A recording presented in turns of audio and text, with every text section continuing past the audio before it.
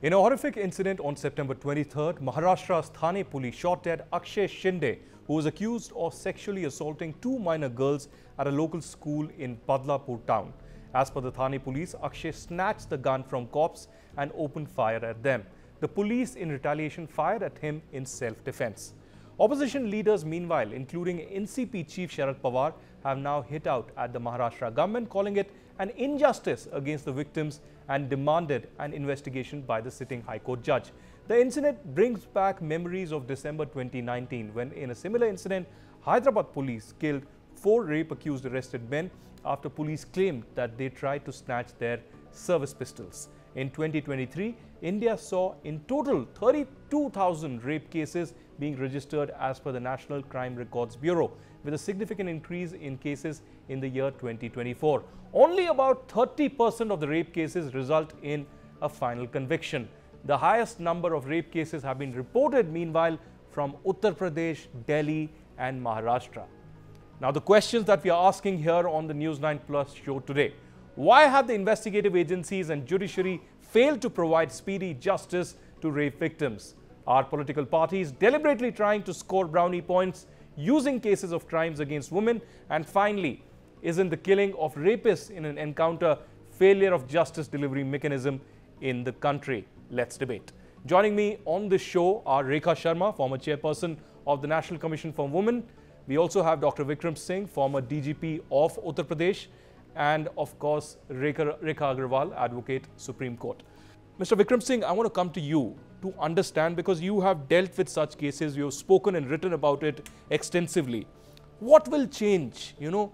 I cannot begin, asking or thinking where to begin this, really, because one is a rape case taking place, multiple rape cases taking place. Second is the kind of response mechanism that the investigative agencies or the judiciary really has. There are many cases that are pending for years together.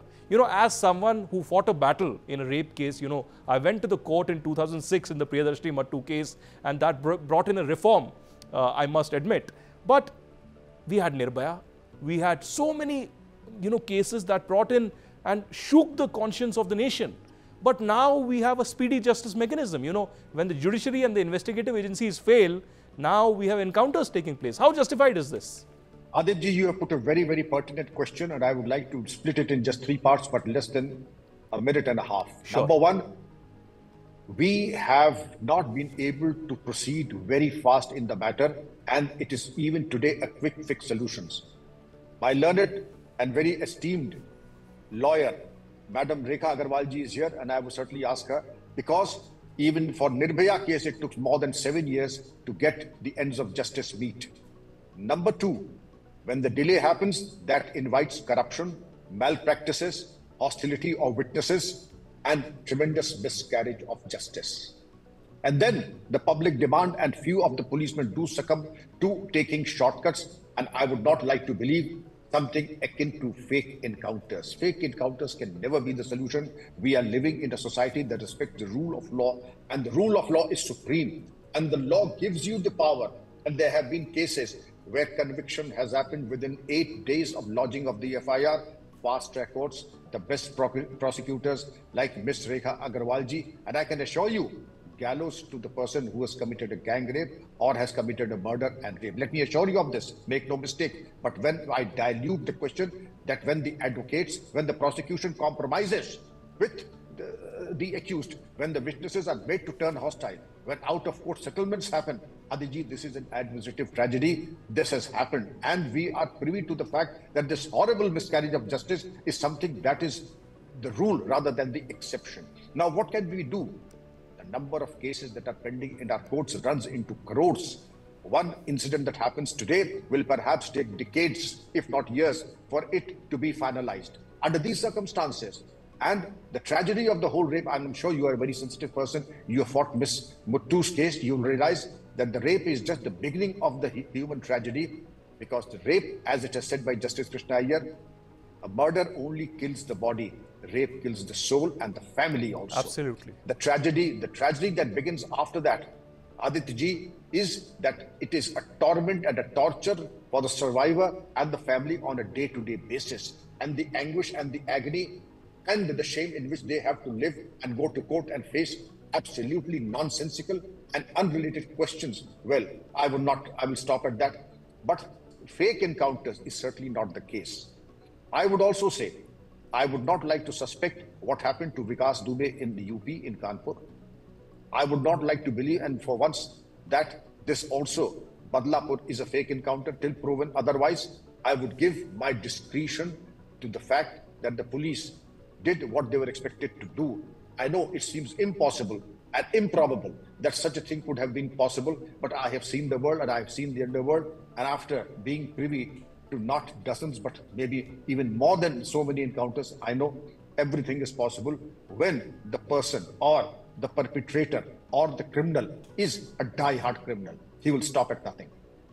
Well, he will stop at nothing, but there has been an administrative collapse also. That is the larger debate, as very well put by Dr. Vikram Singh. Rekha Agrawalji, if I can come to you. As a senior advocate, you have a picture in your mind and you very well can see the investigative agencies and the judiciary.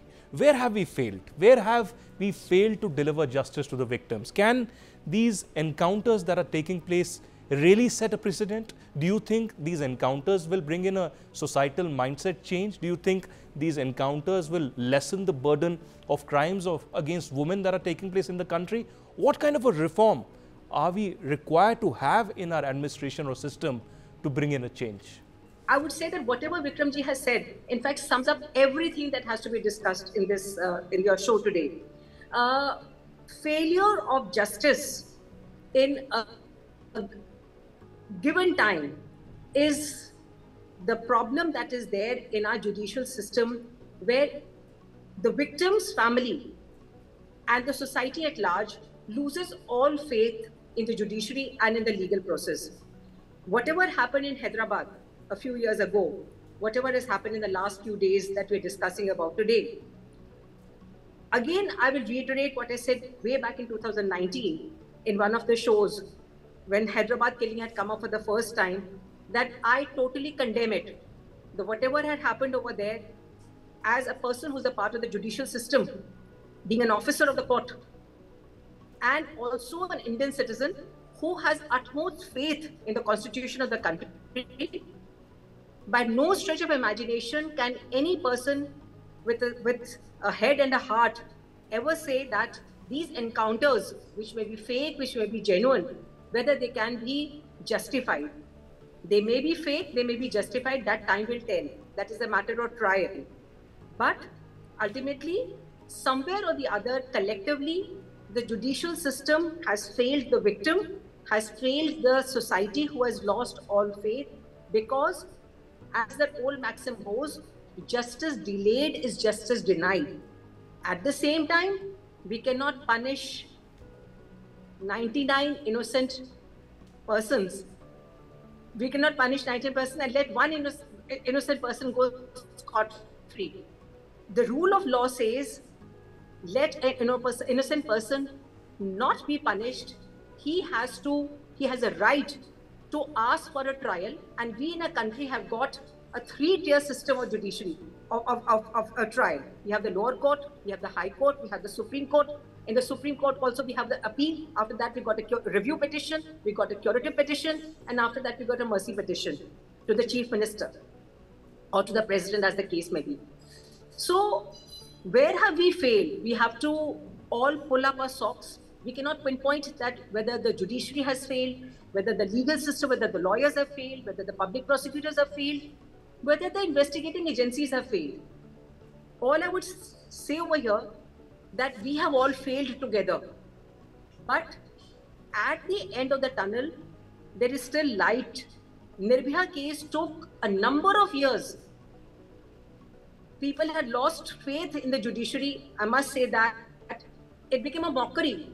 So what if Nirbhaya's killers have ultimately been hanged? It took them so many years, 7 years, 9 years, or whatever. It doesn't matter now. The victim's family has probably suffered 10 times more. But yet, I am a firm believer in our judicial system, and I can only hope that somewhere or the other, some mechanism has to be developed. We need more more sensitization of the police. We need more gender sensitization. We need more education reforms, particularly sex education should be made compulsory in our schools. Right. We need more safer environment at the workplace. We need more laws like POSH and POXO. We need more gender neutral laws.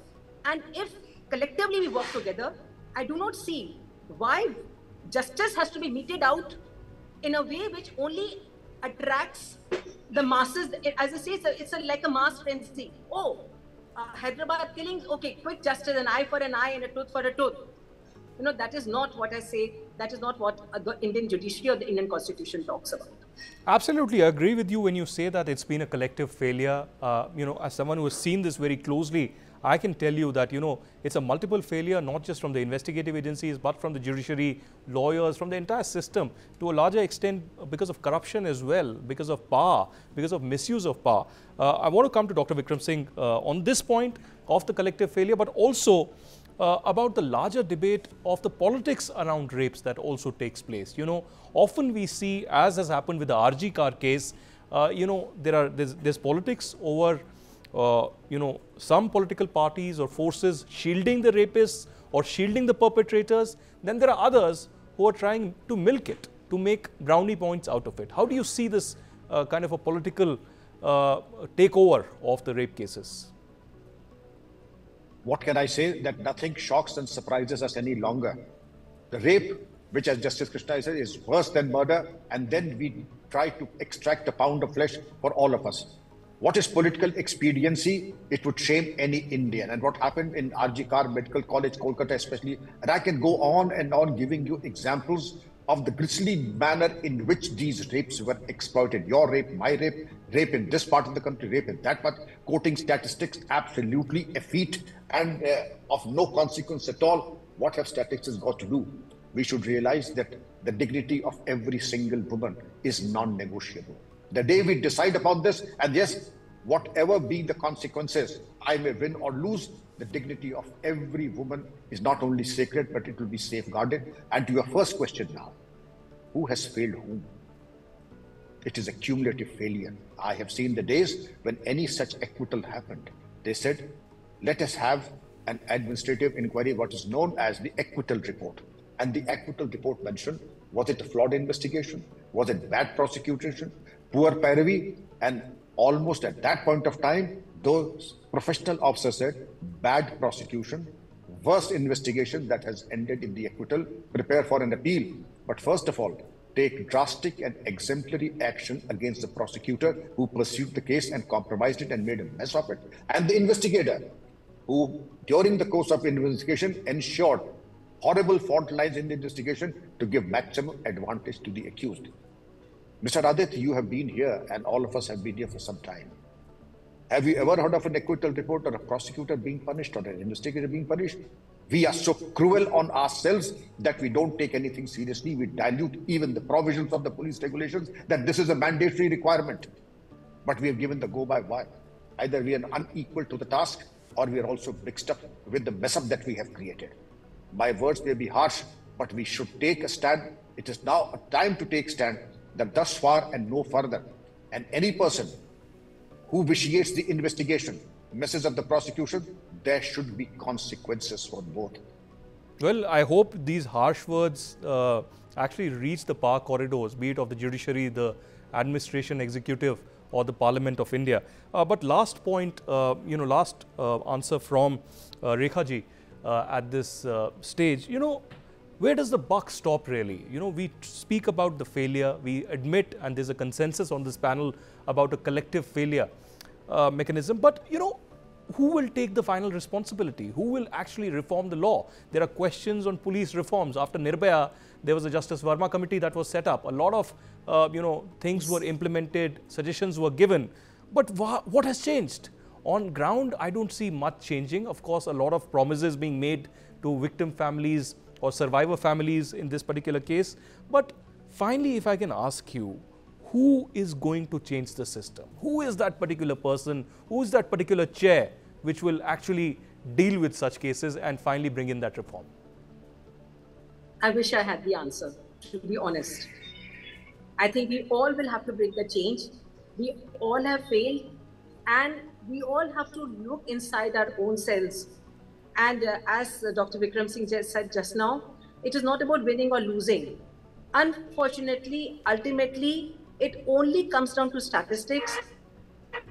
Ultimately, it only comes down to the defense lawyer doing whatever he can, stooping low, as they say, just stooping to conquer, just so that he or she can win the case. So I think that until we all realize our social and moral responsibility, it is not just about making a fast buck. It is not just about oh, how many cases I've won or how many acquittals that in every criminal lawyer particularly would like to, tom-tom about. Oh, that I've got this person acquitted, this murder accused or this rape accused acquitted. But there has to be some collective responsibility, and there have to be major reforms.